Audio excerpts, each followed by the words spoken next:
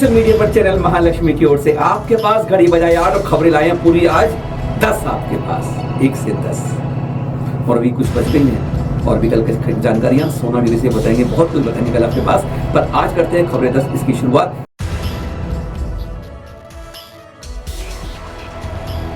सबसे पहले वही बिहार में चूक के साथ, लेकिन इस बार उस बेहावह घटना के सीसीटीवी फुटेज सामने आ गया है कि किस तरीके से कंटेनर वाले ने पूरी स्पीड से टक्कर मारी और कहते हैं संत बाल बाल बच गए। चोट उनको भी लगी है, लेकिन साथ चल रहे एक श्रावक युवा जिनकी बेटा और बेटी बच गई है, 45 साल के वह घटनास्थल पर ही दर्दनाक मृत्यु हो गई। रोहतक की घटना हरियाणा की बात कर रहे हैं। पहली बार हरियाणा में ऐसा उम्मीद नहीं थी कि वह जो बेल्ट है राजस्थान गुजरात की अब इधर हरियाणा तक पहुंच जाएगी। जानबूझकर यह टक्कर थी जो स्पष्ट सीसीटीवी फुटेज में नजर आ रही थी। बिहार करके आ रहे थे दिल्ली की ओर रोहतक से। पहले 5 जून को लवली जैन को दीक्षा दी थी, 12 जून को उन्होंने गांव पहरावर की तो बात थी, वहां से जब आ रहे थे तो वहां पे उन्होंने बड़ा पाठ पढ़ाया था, समझाया सुनाया था।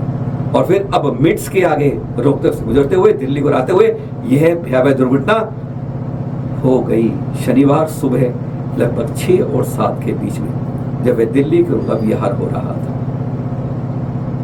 जो एक फुटेज सीसीटीवी की दिख रही है, कंटेनर पूरी तेज स्पीड से आया और थम टक्कर मार दी जो साफ उसके अंदर छलक रही। कोई ब्रेक नहीं, कोई नहीं कि कह सकती हो कि ब्रेक फेल हो गई थी, हैंडल ब्रेक हो गई थी, कुछ नहीं ऐसा, क्योंकि उसके बाद दौड़ाकर सीधा दिल्ली के ट्रक को कंटेनर को भगा कर ले गया।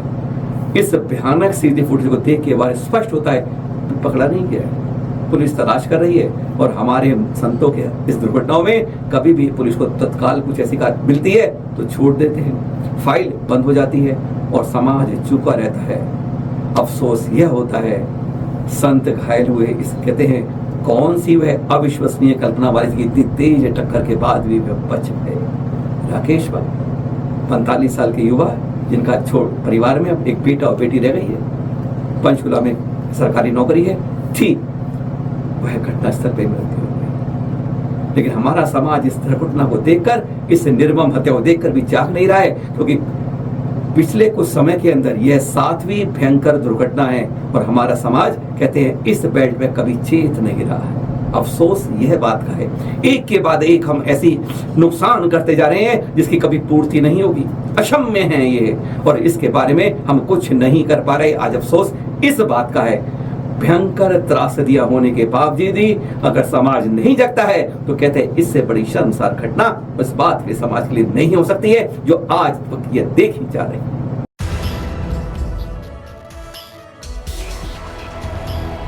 कुछ ये तस्वीरें दिखाई थी आपको ना, किस तरह बाहुबली भगवान दिगंबर संतों के प्रति शर्मसार विद्रूप करके चित्रों को वायरल किया जा रहा है इंस्टाग्राम से।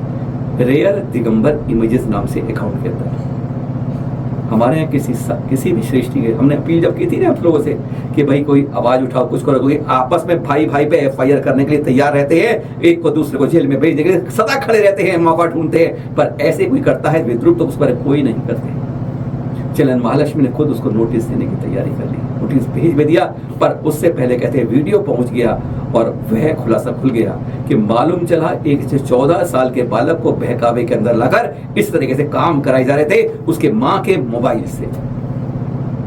हम भी हैरान हो गए जब मां को यह वीडियो मिला और तो उसने हैरान हो गई कि यह बात इतनी पहुंच गई है कि आज हमारे पास इस तरह का उनके नोटिस आ रहा है चलन महालक्ष्मी से और फिर इस पर कार्यवाही हो गई, कोई ना कोई ऐसी बड़ी सजा बच्चे को ना मिल जाए।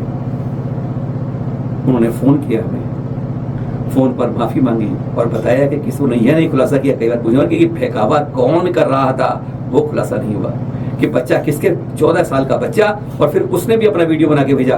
दोनों दिखाते हैं, पहले माँ की बात सुनिए। उत्सव जैन 14 साल का पश्चिम बंगाल का लड़का जो इस बहकावे में आके इस तरह से दिगंबर संतों के प्रति इस तरह के व्हाट्सएप डाल रहा था। सुनिए जरा पहले माँ की बात, जो फोन आया और उसके बाद उस बच्चे ने वीडियो बनाकर भेजा। शरद जी जैन से बात हो रही है? बोल रहा हूँ।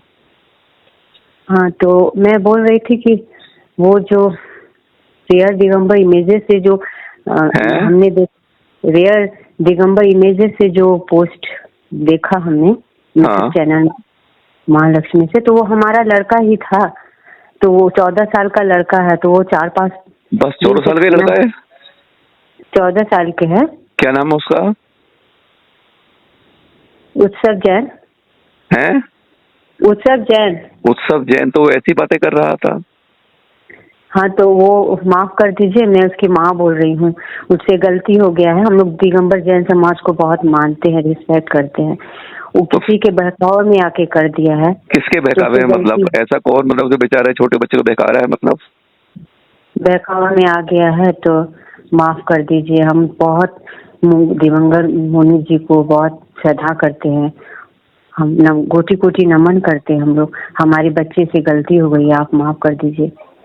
मतलब आप नहीं, आपकी मदर बोल रही है, मान लिया मैंने, पर वैसे बच्चे ने गलती करके कर रहा था, मतलब किसकी शय पे कर रहा था? हमारा ही मोबाइल था, हमारा ही मोबाइल था, हमने मोबाइल छीन लिया। वो खाना वाना नहीं खा रहा है, रो रहा है।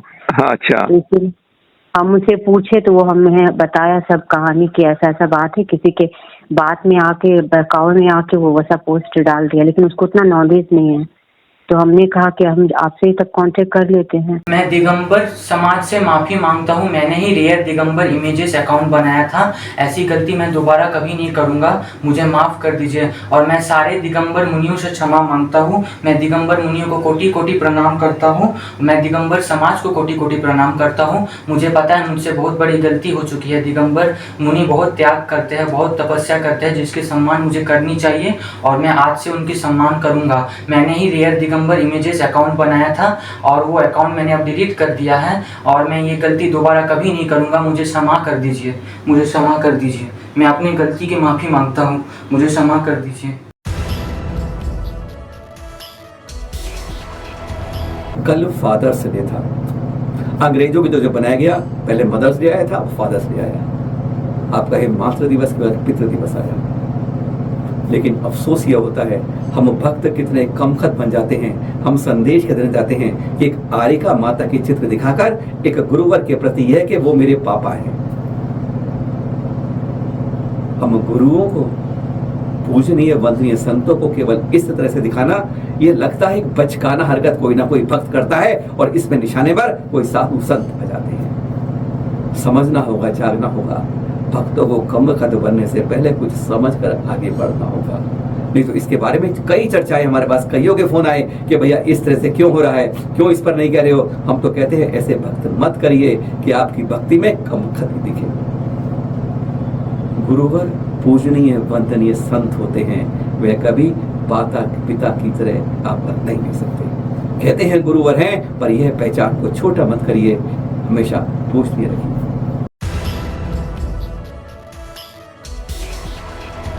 गुरुवर आचार्य सुनील सागर जी का डूंगरपुर शहर की ओर बिहार हो रहा था और बीच में पड़ गया रण सागर, छोटा सा शहर। वहीं पर देखकर हैरानगी हो जाती है। हम ये कहते हैं ना, बात ध्यान रखिए, अगर किसी को जिंदगी नहीं दे सकते तो उसकी जान लेने का अधिकार नहीं है आपको। वो बैठे थे, आराम से बैठे थे कि अचानक एक कबूतर थार से उनके पास आके गिर के चरणों में गिरता है।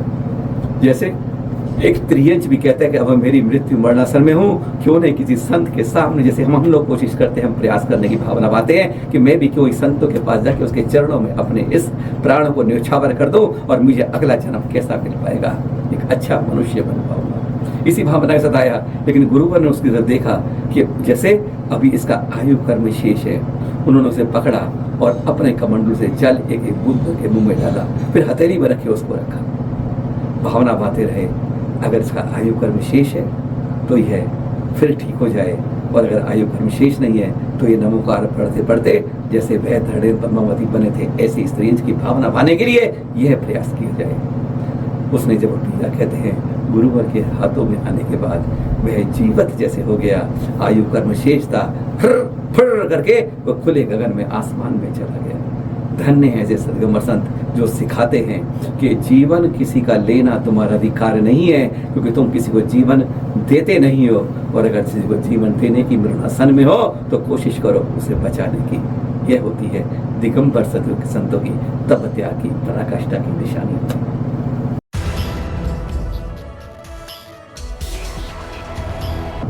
एक और वीडियो आया हमारे पास, वक्त फोटो आई कुछ, डूंगरपुर के बिहार चल रहा था गुरुवर का, आचार्य सुनील सत्संग का, कि पुनाली ग्राम के पास वह पहुंचे। कि अचानक एक आदिवासी परिवार वहीं साइड से होता होता उनके विहार में सामने खड़ा हो गया। महाराज जी हैरान हो गए, ये जैन है नहीं, आदिवासी हैं। पर उन्होंने वहां गुरुवर को संकेत देके अपनी भाषा के उन्हें शिला पर बैठाया और पाद प्रक्षालन किया। विहार में हम लोग इतने कमजोर पड़ जाते हैं, कुछ विशेष साधु को छोड़ के कोई विहार में जाने को तैयार नहीं होते। और वहां देखिए वो अपने बहुत दूर से गांव से आते आते वह आए और पाद प्रक्षालन का सौभाग्य मिल गया। अरे ऐसे कहते हैं अपने जीवन को अनमोल क्षण मिल जाते हैं जब ऐसा सौभाग्य मिल पाता है। धन्य ऐसे आदिवासी परिवार। नहीं जानते थे लेकिन तब भी उन्होंने कहा एक दिगंबर संत आ रहे हैं, क्यों नहीं उनका पाद प्रक्षालन का प्रयास करते।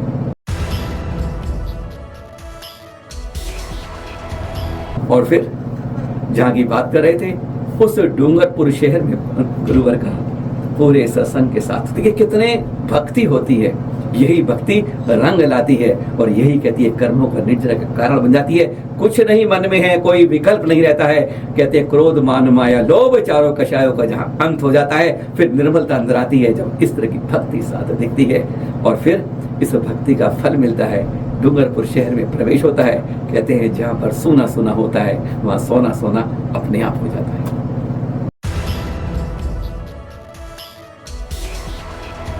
एक और चित्र दिखा रहे हैं आपको, कोई महानगर नहीं है ये सागर जिले में एक छोटा सा शहर है राहतगढ़। सचमुच ऐसा गढ़ जहां राहत के संकेत मिल जाते हैं। सचमुच मुनिपुंगव श्री सुधा सागर जी ने अपक्षमा, बस वह जैसे आए गदगद हो गए देख कर यह हैरान। कहते हैं जो भक्त देख पा रहे हो आप भी, कहते हो इस भक्ति को देखकर क्या कहोगे कि राहतगढ़ के अंदर जहाँ छोटा सा कस्बा शहर कह सकते हो आप, वहां पर इतनी ज्यादा भक्ति। सचमुच संतों के जब ऐसे तप त्यागियों के रास्ते में जब पढ़ते हैं चरण तो कहते हैं हर का खिल जाता है मन। और यही तो है राहतगढ़ के अंदर दिख रहे दर्शन, उत्साह, अपूर्व अद्भुत दृश्य और गदगद हो जाता है मन और उत्साह के साथ देखकर तन बदन भी खिल जाता है।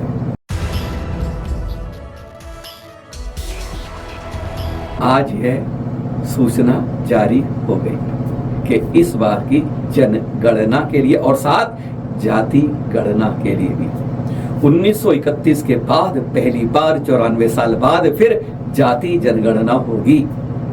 आज उसका विधिवत रूप से घोषणा होगी। जाति उपजाति की भी गणना होगी। इसलिए 2 महीने की ट्रेनिंग दी जाएगी वगैरह किस तरीके से इसकी सारी गणना होगी उसकी जानकारी आपको देंगे।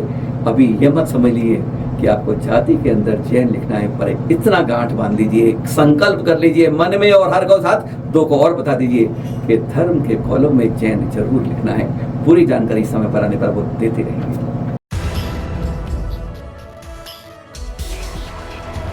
कल की 2 बातें करनी है आपसे जाते जाते।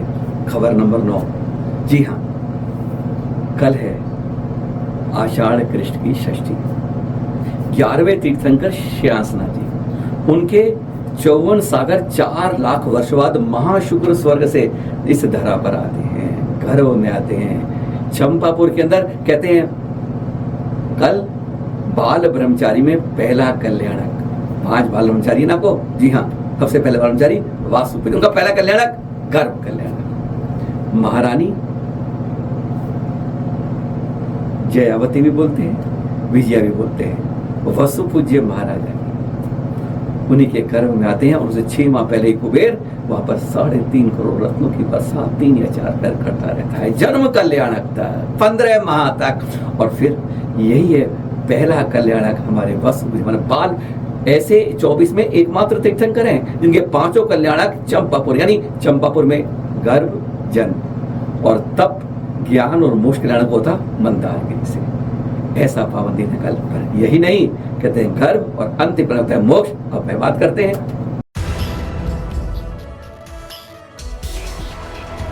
और आज की 10वीं खबर कल के बारे में। हाँ, क्या कर दे, आषाढ़ कृष्ण की षष्ठी है ना कल। कुछ जिनवाड़ी के अंदर हमारे 13वें तीर्थंकर विमलनाथ जी का मोक्ष कल्याणक अष्टमी को लिखा है, पर नहीं, षष्ठी को ही है। जब आप पढ़ेंगे ना उनकी पूजा तो उसमें आपको मोक्ष कल्याणक उसके अंदर दिख भी जाए। यही वह दिन है जब 1 माह के भोरगत सुवीरकोट, जी हाँ, सुवीरकोट कौन सी है, उधर सुपाशनाथ भगवान जी की, और इसके बाद अजित नाटों पर बढ़ते हैं आप, और दोनों के बीच की ऐसी वहाँ की मिट्टी है कि लोग वहाँ से निकाल निकाल के अपने घरों को, दुकानों में, निर्माण में लगाते हैं, शांति और उसके स्थापना के लिए। 600 महामुनिरा के साथ आज के दिन सिद्धालय गए, एक क्षण में पहुंच जाते हैं। इस टोंकी सुवीरकूट की निर्मल भावों से वंदना करने से 1 करोड़ पुरुष उपवास का फल मिलता है। सूर्य 1 करोड़ उपवास, कितने जन्म लेने पड़ेंगे तब 1 करोड़ उपवास कर पाएंगे, और कहते हैं निर्मल भावों से वंदना करते हैं तो उतना फल पा जाते हैं एक बार में। इसी टोंक से 70 करोड़ 7,06,742 महामुनि राज भी सिद्धालय गए। ऐसी पावन टोंक है। यहाँ से क्या क्या दिखता है, जो जाती आता है वो वह दिखा देते हैं। फिर मिलेंगे आपके साथ सादर जय जिन पर। हाँ, सुनते तो जाइए किस खास टोंक से क्या क्या दिख रहा है। सांध्य महालक्ष्मी की टीम इस समय खड़ी है तीर्थंकर विमलनाथ जी की सुवीरकूट पर, जहां से वह 70 कोड़ा कोड़ी 60,07,742 मुनियों के साथ मोक्ष पधारे।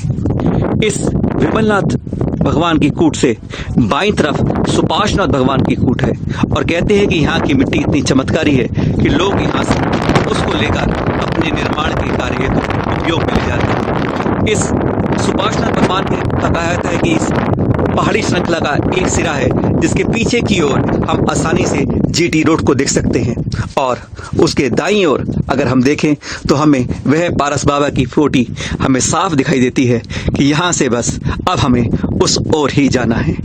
यह पारस बाबा की यह वह चोटी है जो इस पर्वत श्रृंखला में सबसे ऊंची पहाड़ी पर स्थित है, और इसी के नाम पर पारसनाथ के ऊपर ही यह सब कुछ सम्मेशशिखर का नाम अब पारसनाथ हिल के रूप में ज्यादा विख्यात है।